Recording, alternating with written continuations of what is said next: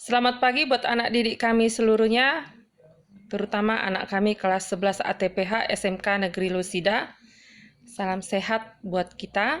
Puji syukur kita panjatkan kehadirat Tuhan karena kita masih diberi kesehatan, kita masih bisa belajar meskipun lewat daring. Buat anak didik kami seluruhnya, tolong supaya aktif belajarnya. Kepada anak didik kami Adventus, Agnes, Benedictus, Christian, Dominikus, Gogon, Juanda, Lasro, Pramkil, Rain, Saiman, Yosua, untuk tetap aktif dalam pembelajaran ini. Kamu jangan suka menunda-nunda tugas-tugas yang diberikan oleh Bapak Ibu guru kalian. Oke, kita lanjutkan materi kita pada hari ini, yaitu pengolahan tanah untuk budidaya tanaman sayuran. Nah, sebelumnya kita lihat dulu apa pengertian dari pengolahan tanah. Menurut Hakim, pengolahan tanah itu adalah proses menggemburkan tanah yang tujuannya tanah itu siap untuk ditanami, baik itu tanaman budidaya seperti sayuran, tanaman buah, tanaman perkebunan, dan lain sebagainya. Ya, tujuan pengolahan tanah yang pertama, kita boleh mengolah tanah untuk mengendalikan gulma. Juga kita bisa mengolah tanah untuk tempat penyemaian, memperbaiki kondisi tanah untuk penetrasi akar sehingga akar bisa tumbuh dengan baik. Menghilangkan sisa-sisa tanaman, terutama jika tanah itu atau lahan itu adalah lahan bukaan baru. Jadi, kalau ada sisa-sisa tanaman seperti bonggol tanaman, kita harus hilangkan dengan cara membongkar. Berikutnya adalah untuk mengendalikan erosi atau pengikisan tanah oleh air. Macam dan teknik pengolahan tanah, yang pertama adalah tanpa olah tanah atau sering disebut atau disingkat dengan TOT. Istilah asingnya adalah minimum tillage ya. Jadi tanah tidak dikendalikan dengan menggunakan alat-alat manual ataupun alat mekanik. Jadi hanya menggunakan herbisida yang fungsinya adalah untuk mengendalikan gulma dari lahan. Yang kedua, pengolahan tanah secara manual. Kalau dikatakan pengolahan tanah secara manual itu pengolahan tanah secara konvensional yang sering dilakukan oleh petani kita, yaitu menggunakan cangkul atau bajak ya. Jadi fungsinya adalah membongkar tanah dan juga untuk menghaluskan tanah. Tujuannya menggemburkan tanah dan untuk mengendalikan gulma. Yang ketiga adalah pengolahan tanah secara mekanisasi. Kalau dikatakan secara mekanisasi, berarti ini sudah menggunakan alat, misalnya traktor atau hand traktor. Nah, untuk pengolahan tanah secara mekanisasi bisa dibagi dengan 2 atau 3 tahap ya. Umumnya tahap pertama dan tahap kedua untuk 3 tahap itu adalah pembajakan. Itu tanah dibalikkan supaya gulma ataupun sisa-sisa tanaman sebelumnya bisa terbongkar. Kemudian pengolahan tanah berikutnya yang ketiga adalah dengan cara digaru, yaitu dengan menggunakan bajak rotari ya. Nah, untuk tanaman budidaya sayuran, biasanya pengolahan tanahnya secara intensif dilakukan secara terus-menerus sepanjang tahun. Ada 3 hal yang dilakukan dalam pengolahan tanah tanaman sayuran. Yang pertama, melakukan pengolahan tanah. Yang kedua, pemeliharaan untuk mencapai produksi maksimum.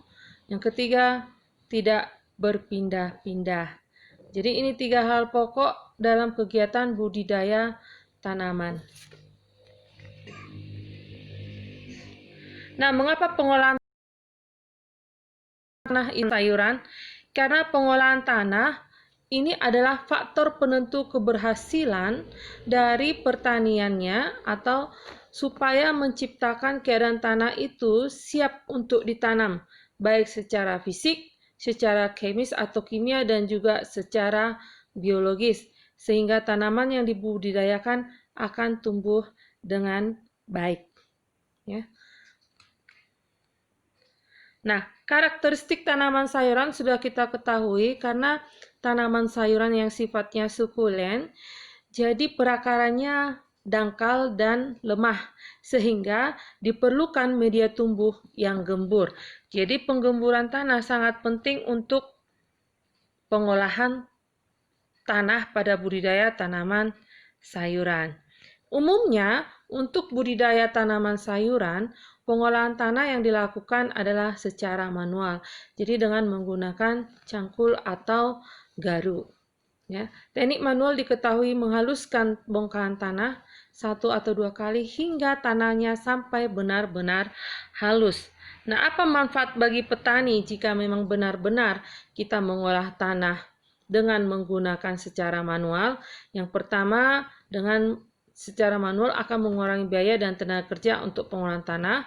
Kemudian petani pun akan memperoleh keuntungan jika tanahnya benar-benar siap diolah tanah. Kita lihat untuk tanaman bayam. Bagaimana pengolahan tanah untuk tanaman bayam? Ya.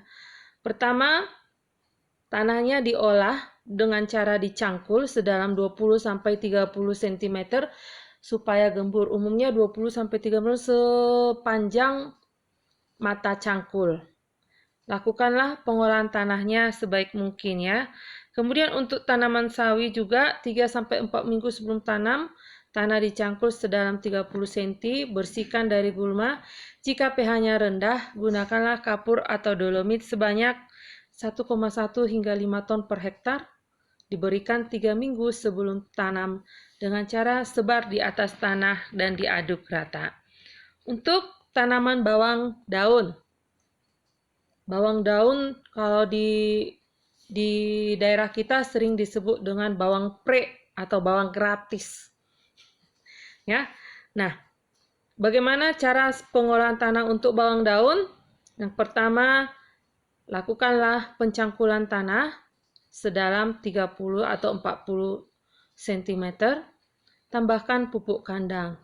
Pupuk kandang sangat dibutuhkan oleh tanaman sayuran karena pupuk kandang banyak mengandung unsur hara.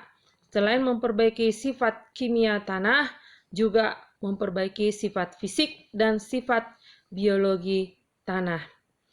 Kemudian setelah diberikan pupuk kandang, buatlah bedengan selebar 1-1,2 meter atau sesuaikan dengan kondisi lahan. Buat parit ya untuk saluran drainase dengan kedalaman 30 cm dan lebarnya 30 cm. Karena kita ketahui tadi bahwa perakaran tanaman sayuran itu sangat lemah dan tidak menyukai adanya genangan air. Jadi sangat penting dilakukan pembuatan saluran drainase atau parit. Nah, untuk tanaman kubis. Kubis kalau di bahasa kita sehari-hari sering disebut dengan tanaman kol. Jadi jangan disamakan kubis dengan tubis. Kalau tubis itu bahasa Batak, artinya rebung kalau dalam bahasa Indonesia ya. Kubis itu sama dengan tanaman kol. Kubis, untuk tanaman kubis ini yang sifatnya sukulen, tidak banyak menyukai air pada musim hujan menyebabkan dia busuk erwinia ya. Jadi sebaiknya pilihlah lahan yang bukan bekas tanaman kubis-kubisan sebelumnya. Sisa tanaman yang sebelumnya kalau ada dikumpulkan, dikuburkan, kemudian gemburkanlah tanahnya dengan menggunakan cangkul. Buat jarak tanam dengan jarak tanam 70 cm kali 50 cm atau 60 cm kali 40 cm. Kalau pH-nya rendah, selalulah memberikan kaptan atau dolomit 1,5 ton per hektar. Aplikasikanlah 3-4 minggu sebelum tanam atau bersamaan dengan pengolahan tanah. Untuk tanaman katuk. Katuk kalau dalam bahasa Batak nasi-nasi. Ya. Katuk dalam bahasa Batak nasi-nasi. Untuk tanaman katuk kita buat dengan 2 sistem. Yang pertama bisa dengan sistem petakan atau bedengan. Yang kedua, sistem larikan atau pagar. Ya, kalau di daerah kita sering sekali tanaman katuk ini dibuat pagar rumah ya. Selain memberikan sebagai efek pagar, juga bisa dimanfaatkan daunnya untuk tanaman sayuran. Dengan sistem petakan atau bedengan, buatlah jarak tanam yaitu 20 cm atau kali 20 cm secara berjajar atau berbaris. Kemudian tanahnya dicangkul atau dibajak sedalam 30 cm hingga gembur. Kemudian buatlah bedengan atau petakan berukur lebar 100 sampai 120 cm, tingginya 30 cm, jarak antar petakan atau bedengan 30 sampai 40 cm dan panjang bedengan tidak lebih dari 12 meter. Berilah bedengan tersebut dengan pupuk kandang kuda. Di sini rekomendasikan pupuk kandang kuda sebanyak 20 ton per hektar. Tetapi jangan terlalu kaku dengan menggunakan pupuk kandang kuda karena di daerah kita tidak ada peternakan kuda. Nah, pupuk kandang di sini disesuaikan dengan yang ada di daerahmu, potensi yang ada di daerahmu. Contoh kalau daerah kita kebanyakan pupuk kandangnya adalah pupuk kandang ayam, pupuk kandang ternak babi, dan pupuk kandang ternak kerbau dan juga sapi. Ya, jadi jangan terlalu kaku untuk mencari pupuk kandang kuda. Yang kedua, sistem larikan atau pagar. Sistem larikan atau pagar, pengolahan tanahnya lakukanlah pada sebidang tanah yang akan ditanami. Untuk tanaman selada, kalau selada ini sering dibuat tanaman sayuran. Tanaman selada sering dikonsumsi mentah atau sering disebut dengan sayuran lalapan ya. Nah, tanaman ini juga membutuhkan tanah yang gembur sehingga untuk pengolahan tanahnya cangkullah sedalam 20 sampai 30 cm. Kemudian beri pupuk kandang, bisa pupuk kandang sapi, ayam 10 ton per hektar. Buat bedengan dengan lebar 100 sampai 120 cm. Nah, untuk tanaman selada, jika benihnya ditanam langsung, maka dibuatlah dalam bentuk alur atau garitan atau larikan dengan cangkul yang dimiringkan. Jarak antar larikan adalah 25 cm. Tetapi jika benihnya disemai terlebih dahulu, maka dibuatlah lubang tanam dengan jarak 25 cm kali 25 cm atau 20 cm kali 30 cm. Nah, demikianlah materi kita tentang pengolahan tanah untuk beberapa tanaman budidaya sayuran. Tugas kalian dibuat di buku tugas, sudah Ibu siapkan di sini, nomor 1 sampai nomor 5, dibuat di buku tugas. Kemudian ini PowerPoint-nya tolong dicatat di catatannya, ditulis kembali di catatannya.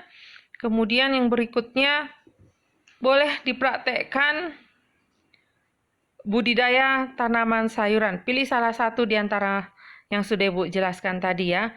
Bisa katuk, bisa kubis, bisa bayam, bisa daun bawang, dan bisa tanaman sawi.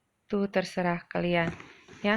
Jadi buat anak-anak didik kami, tolong sekali lagi ya, ini nama-namanya satu pun dari materi yang sebelumnya tidak pernah mengumpulkan tugas ya, baik itu Adventus. Tolong kalau sudah dipelajari materi ini, dibuat dulu absennya di WA grup kelas 11 ATPH, hadir Bu, seperti itu ya. Buat Adventus, Agnes, Benedictus, Christian, Dominikus, Gogon, Juanda, Lasro, Pramkil, Rain, Saiman, dan Joshua.